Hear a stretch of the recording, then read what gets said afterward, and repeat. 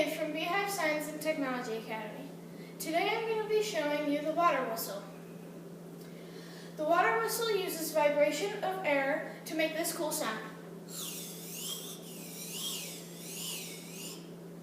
The water whistle works by the vibration of the air inside of the straw when you blow over it. When you blow over the air, when you blow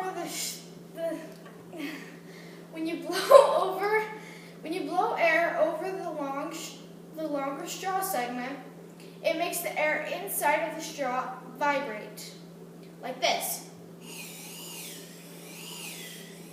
I can feel it vibrating.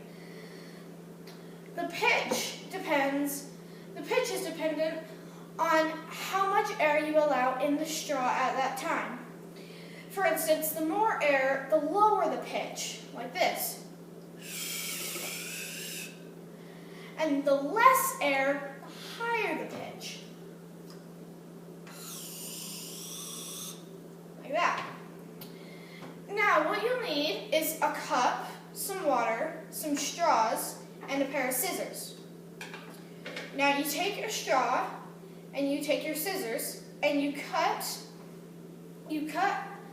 along a line that you can make as long as one part of the straw is shorter than the other, like this. And then when you're done, you fill up your cup with water, as I've already done. And then you put in your straw like this. And you can blow. And then you blow.